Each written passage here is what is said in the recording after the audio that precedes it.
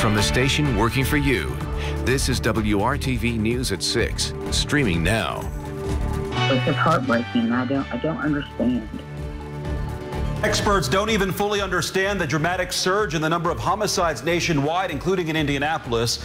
We take a deeper look at the issue, the shocking numbers. It's a problem impacting our neighborhoods. The state's top police training board questions IMPD's recent reforms. We look into the controversy. It's a story you will only see on WRTV. Thousands of flood-damaged vehicles are making their way to Indiana. I'm Kara Kenny. Will tell you what you can look out for so you don't buy one. I'll detail a weekend warm-up, and we'll talk about the timing for some Saturday thunderstorms coming up. Welcome into WRTV News at 6. I'm Amanda Starantino. And I'm Mark Mullins. First at 6 o'clock tonight, the city of Indianapolis is on a track to break a record when it comes to the number of homicides this year. Shootings, both fatal and non-fatal, are also up. All of this happening in the midst of a pandemic. It's a trend the WRTV team has been following closely. Our Megan Sanctorum breaks down the numbers and explains the impact it's having on families. Hearts are aching. My whole life, everything was her. Mothers grieving. And it's all taken away. It's so quick. As lives like 16-year-old Naya Copes continue to be lost at an alarming rate. I heard gunshots and I hollered out, "Oh my God, somebody's shooting." And before I knew it, a bullet had went, through my car and hit Naya. Nikki Cope lost her daughter to violence back in May. She's just one of many impacted this year. I'm not the only person that suffers this, A lot of people are suffering because of gun violence. In 2018, there were 159 criminal homicides. That's the most the city has ever seen. This year, in just the first 8 months, we're already at around 130. Putting the city on pace to shatter the old record and hit 195 criminal homicides in 2020. We're seeing generally a rise in murder in most cities. Jeff Asher is the co-founder of a crime data consulting organization. He's been studying rates across the country. Crime is continually falling in the country, and it's going to fall in 2020, but murder is up, and that's a very specific problem. As for the reason behind the jump, experts say it could be stress from the pandemic or the economic upheaval after the protests across the country. But right now, there's no way to tell for sure. Meanwhile, Cope and many others here in Indianapolis say they'll continue to push for answers. I will not stop fighting until there is justice. I will do whatever I have to in whatever means to keep light on the story and to find out what happened to my daughter and why. Working for you, Megan Sanctorum, WRTV. Now, to put the homicide rate in context, Asher says overall, we are still seeing lower rates nationwide than we did in the 90s. For a closer look at the numbers and a deeper dive into these rates, head to our website, WRTV.com. Our digital reporter, Matt McKinney, has more posted there, including informational graphics and more on IMPD's response and efforts to curb the violence. Only on WRTV, the state's top police training board is calling into question recent Indianapolis Metropolitan Police Department reforms. WRTV investigates. Rafael Sanchez takes a look at the controversy and the deadline IMPD now faces. Following months of protests sparked by police shootings around the country, including 2 in the city in May, the city of Indianapolis stepped up its police department reforms. By November, all Metro police officers will wear body-worn cameras, and all officers are now working under 2 new general orders. General Order 130, which calls for IMPD to de-escalate encounters and puts in writing what was already not allowed: no chokeholds. Order 132 spells out the use of tasers and chemical sprays. Both orders now under the microscope of the Law Enforcement Training Board. The group, representing law enforcement statewide, says it has the obligation to review training practices before they are taught. In a letter to the Metro Police Chief and the Mayor of Indianapolis, the board raises concerns, saying it was led to believe that training on the new orders would not begin until 2021, though it learned that about half of Metro's officers have already undergone training. The board is also raising questions about the overall use of force policy. The group is concerned that the orders violate federal case law by limiting officers and putting them in harm's way. While the Law Enforcement Training Board unanimously opposes the teaching of the chokehold technique to law enforcement, it supports any tactic that may include a chokehold or neck restraint in a deadly force encounter. So this two-page letter gives the city up until about September the 22nd to respond. The goal is to get the city and the board to get together and resolve this behind the scenes. The last thing anyone wants is a possible lawsuit. Rafael Sanchez, WRTV, investigates. State Police Superintendent Doug Carter chairs the Law Enforcement Training Board. He tells WRTV Investigates that he will comment on the matter after receiving a response from Metro Police and the city. And tonight, the city is pushing back on the board's claim. Here's IMPD Deputy Chief Kendall Adams. I think our policy meets that basic constitutional and state law requirement. It's very clear to us that the policy is within both those realms. We feel very confident about that. We have the city's response and all the details about this developing story on our website at WRTV.com. The Indianapolis Metropolitan Police Department has presented its 2021 budget to members of the City County Council's Public Safety and Criminal Justice Committee. In total, IMPD is asking for $7.7 million increase in funding. Here's a look at the breakdown of where those dollars would go. $2.7 million would be for body cameras, leases, and legal settlements.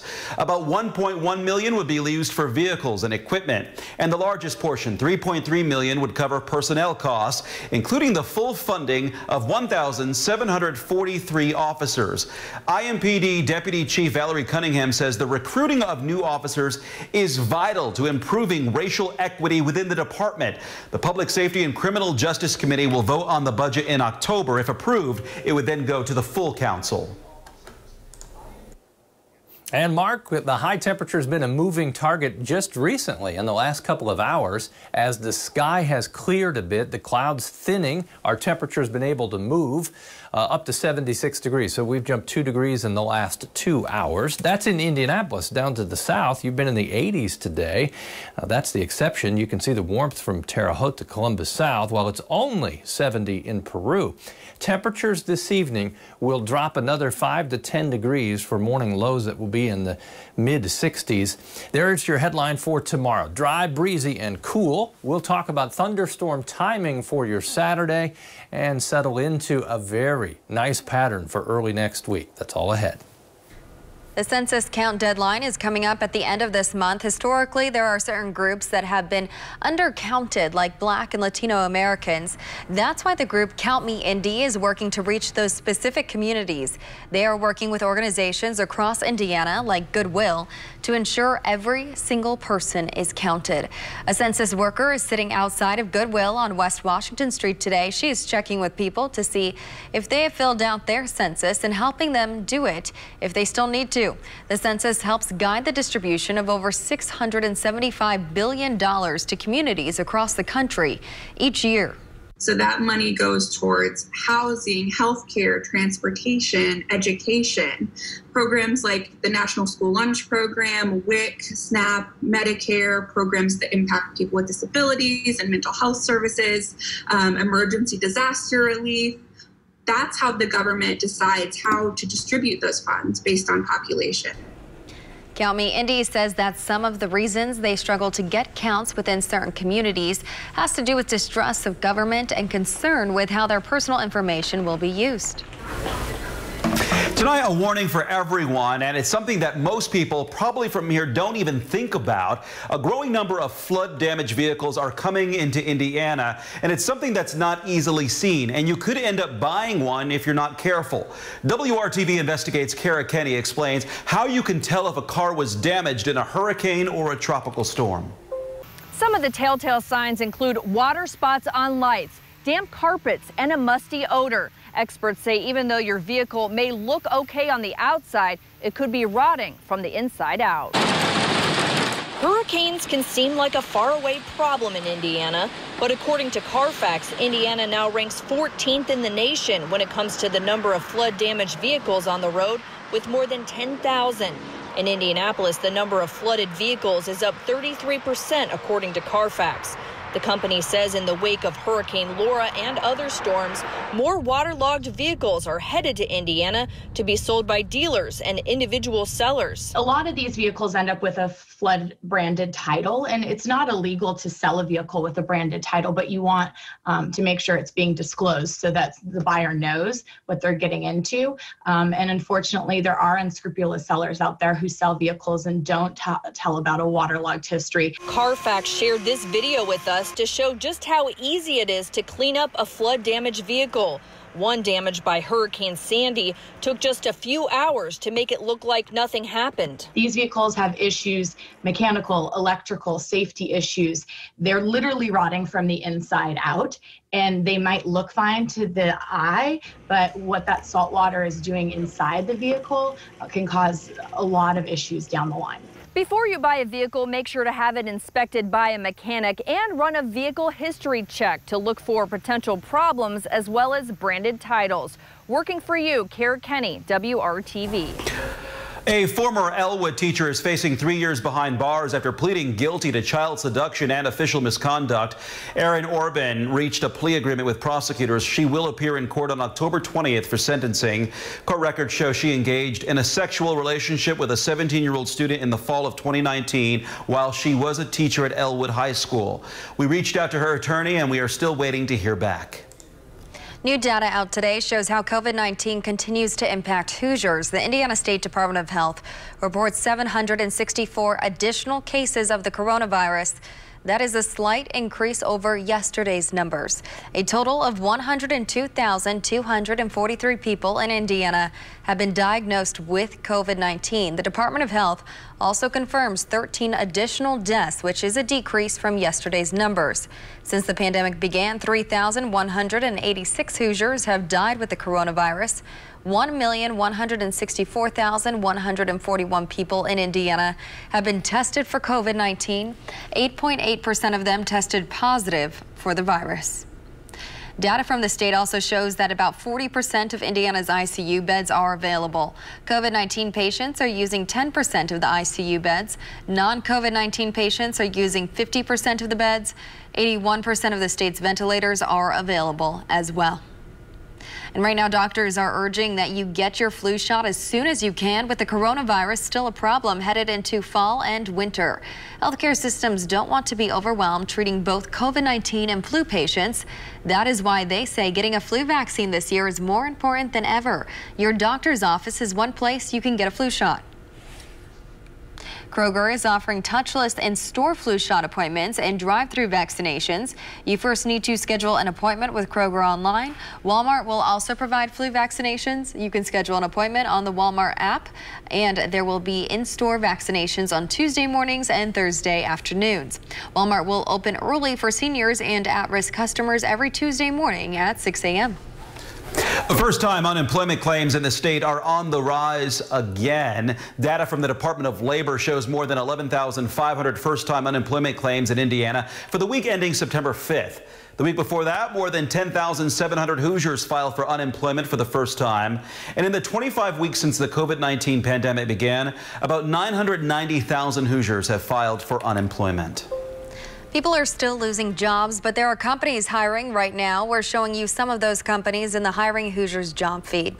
Boston Scientific in Spencer, Indiana is looking for entry-level product builders. There's paid training, and the company says it's a way for you to get your foot in the door at a medical device company. We have a link for you to apply. Just find this post on the Hiring Hoosiers Facebook page. Brownsburg Towing and Sales is looking for a tow truck driver. There is a link to an application on the job board at hiringhoosiers.com. Amazon is hiring more than 800 full-time positions for its new operations facility in Greenfield. Employees will play key roles within Amazon's customer fulfillment operations. That means you would work on everything from receiving inventory, picking and shipping customer orders, and supporting network logistics. Amazon pays a minimum of $15 an hour with benefits. We have a link for you to apply in this story on hiringhoosiers.com. Kevin.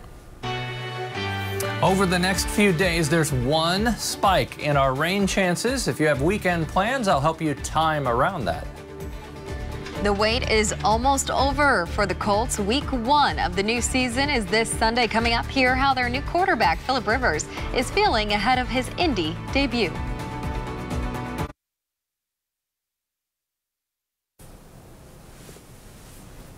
If you like the 70s, we've got another day in the 70s, then we'll change things up. Now, not everyone enjoyed the cool down. There's a frontal boundary, which is really just a transition zone from cooler temperatures to the north and the warm, humid air to the south. 86 in Sullivan right now, while it's 70 in Peru. 71 in Tipton, 84 in Bedford.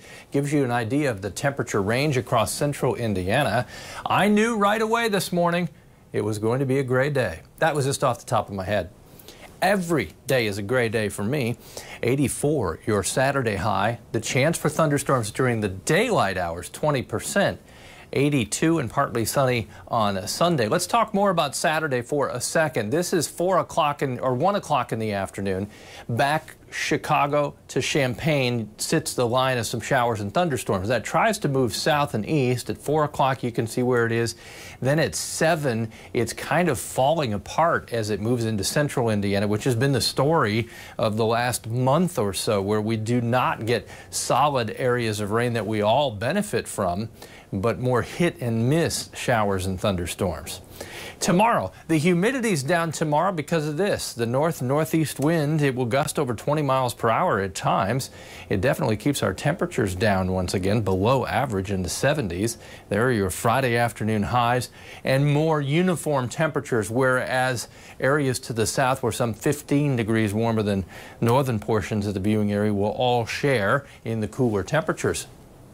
Friday night football with the sun setting before 8 o'clock. Temperatures move from the middle to upper 70s to about 73 by the time the scores start rolling in. Temperatures, as we mentioned, for the weekend with the humidity coming back up, warm up a bit. Saturday by noon, 78. That slight chance of a shower or thunderstorm comes in the afternoon. The better chance will arrive as we get to the nighttime hours. There are their temperatures through the afternoon hours on a Saturday. Look at the lows. If you're just itching to open the windows, let some cooler air in, you'll be able to do that early next week, Monday through Wednesday. Lows in the 50s, high temperatures, they'll be returning to the 80s. Here's your 7-day planner. Temperatures next week bounce around a bit, but never warmer than about 82, and it will be a beautiful stretch Monday through Wednesday of next week. Mark, Amanda?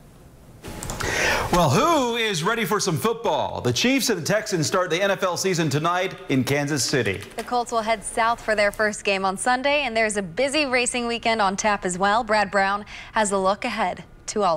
As the NFL season kicks off on Thursday, the Colts continue their Week 1 grind and look ahead to a road trip for their opener. Without any preseason games to digest, this first test at Jacksonville will ideally answer a lot of questions about what this team will look like for 2020.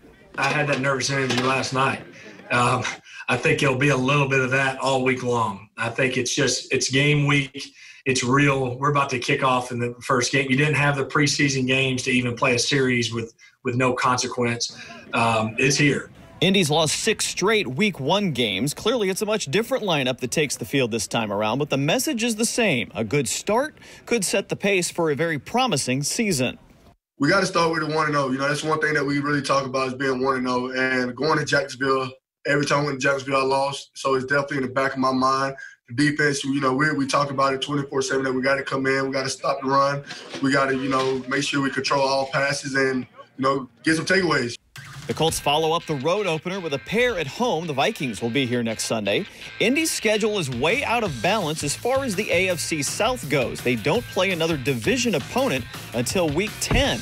That's in mid-November. The Fever are back on the court tonight, taking on the New York Liberty. It's been a tough stretch in the wubble over the past couple weeks. 8 straight losses for Indiana.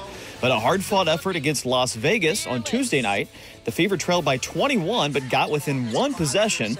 They weren't able to get over the hump at the end. That loss knocked them out of playoff contention. The Fever close out the regular season on Saturday against Minnesota. IndyCar is back in action this weekend. A pair of races on the road course at Mid-Ohio. It's an event that's been on and off the schedule a couple times. Fans will be back at the track. They're limiting to 6,000 tickets for each day. Saturday and Sunday races. This doubleheader will go a long way in deciding the IndyCar Points Championship. Scott Dixon enters the weekend with a 96-point lead over Joseph Newgarden. With the right results, Dixon could essentially wrap up the season championship. There are just 3 events scheduled after this weekend, 2 of them on the IMS road course. That's the first weekend of October, and the season ender scheduled for October 25th in St. Petersburg. And locally, a big weekend for USAC's National Sprint Car Series. They'll race on Friday night at Bloomington Speedway, an event rescheduled from earlier this year. Saturday night, it's Lincoln Park Speedway in Putnamville. They'll actually have a pair of A-main sprint features that night. One of those was rained out just a few weeks ago. Brady Bacon enters the weekend with a 4-point lead over Chris Windham for the national title. Brad Brown, WRTV Sports.